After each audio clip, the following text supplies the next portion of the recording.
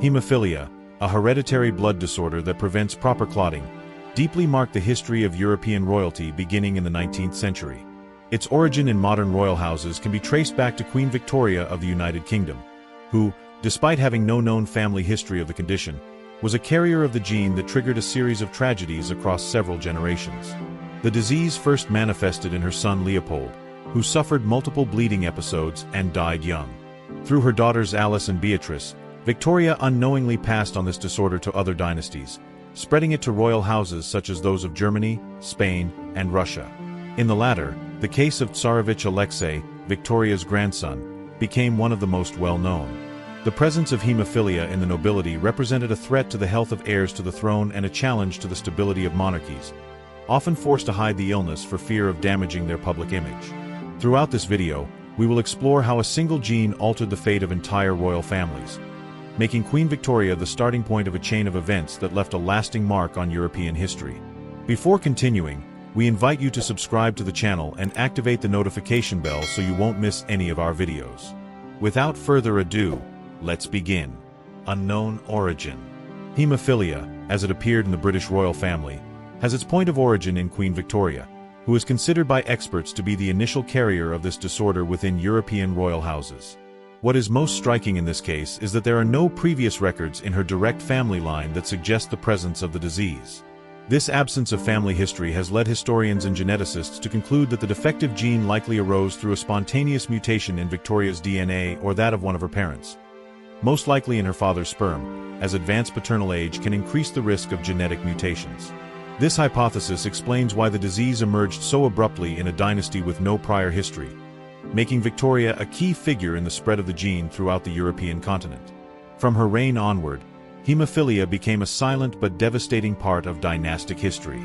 Type of hemophilia.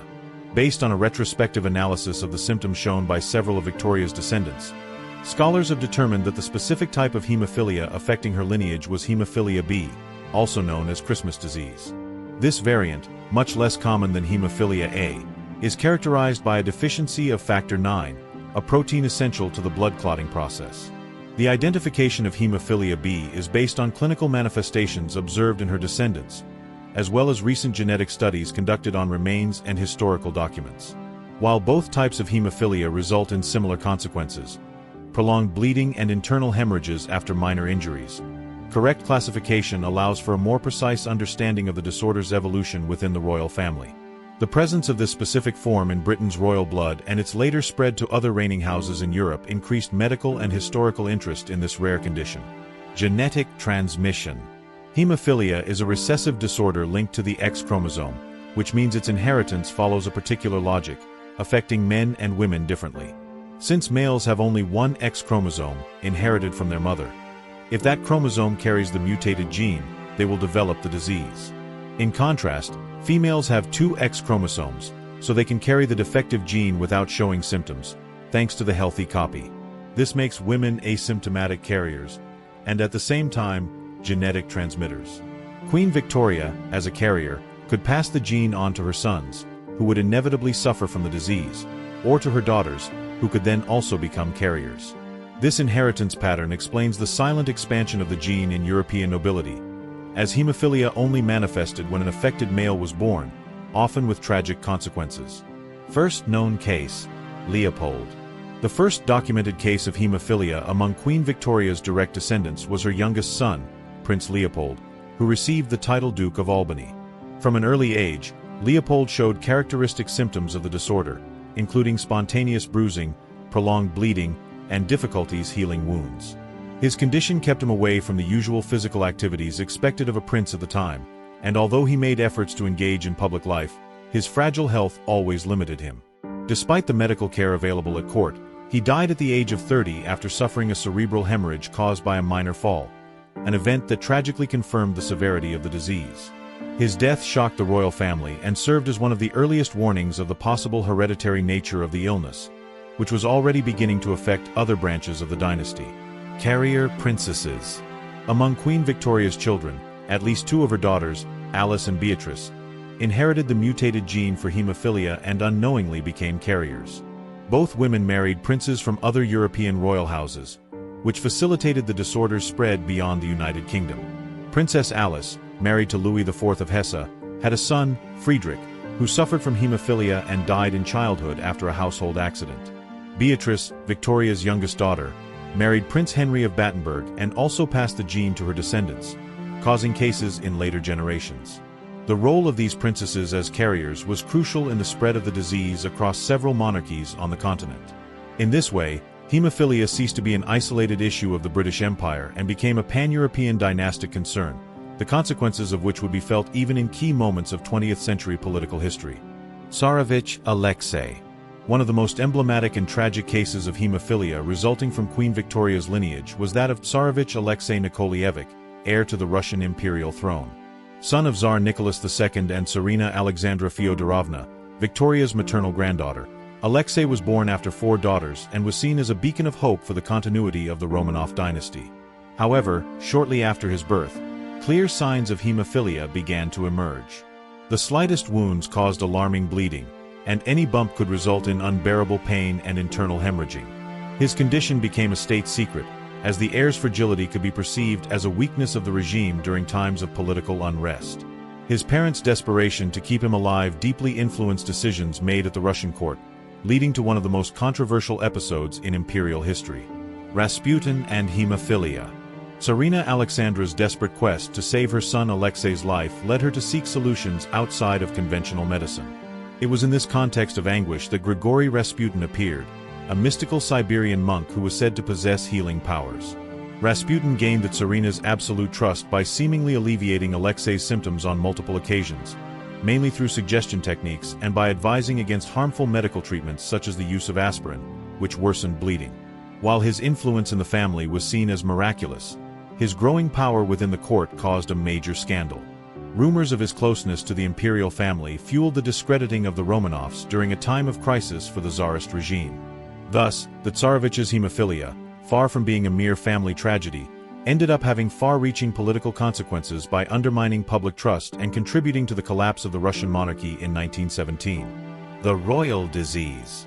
As hemophilia cases multiplied among various European royal families, the public and the press began to refer to the condition as the royal disease.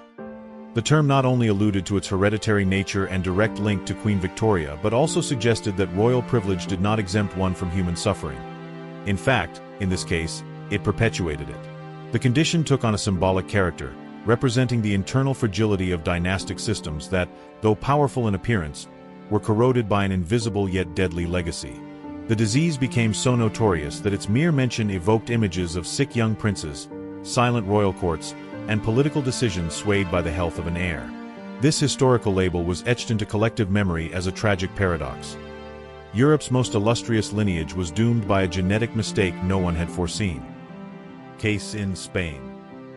One of the most illustrative episodes of Queen Victoria's genetic legacy in Europe occurred in the Spanish monarchy through her granddaughter, Victoria Eugenie of Battenberg, who married King Alfonso XIII of Spain in 1906. The daughter of Princess Beatrice, one of the hemophilia gene carriers, Victoria Eugenie carried the hereditary risk that had already affected several branches of the European royal family. Her marriage to the Spanish monarch had serious dynastic repercussions. 2 of their sons, Alfonso and Gonzalo, inherited the disease, triggering a profound crisis in both the health of the royal offspring and public perception of the monarchy. Alfonso, Prince of Asturias, suffered multiple hemorrhagic episodes and lived with physical limitations until his premature death. Gonzalo died at the age of 19 following a car accident. His injuries would have been treatable in a healthy person but proved fatal due to his condition. The presence of hemophilia in the Spanish royal family created medical, political, and social tensions, as many blamed Victoria Eugenie for introducing the disease into the dynasty, weakening its legitimacy. This stigma contributed to her distancing from the court and her eventual exile. Modern scientific confirmation. With the advancement of molecular genetics in the 20th and 21st centuries, it became possible to precisely clarify what had been the subject of historical speculation for generations. Various studies conducted on Queen Victoria's direct descendants and historical clinical records confirmed that the hemophilia present in European royalty indeed derived from a genetic mutation originating in her. Analyses concluded that it was hemophilia type B, a rarer form than type A, associated with a deficiency in factor IX in the blood coagulation process. This mutation, according to researchers, was not present in generations prior to Victoria, supporting the theory that the genetic alteration was spontaneous, likely occurring during the formation of the egg or embryo that became the future queen. Modern science has also shown how this mutation could be silently transmitted by carrier women across generations, selectively affecting males.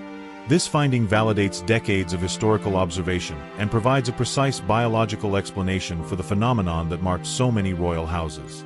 Genetics, at last, closed the circle begun in the 19th century, offering a definitive answer to a historical mystery that once seemed unreachable.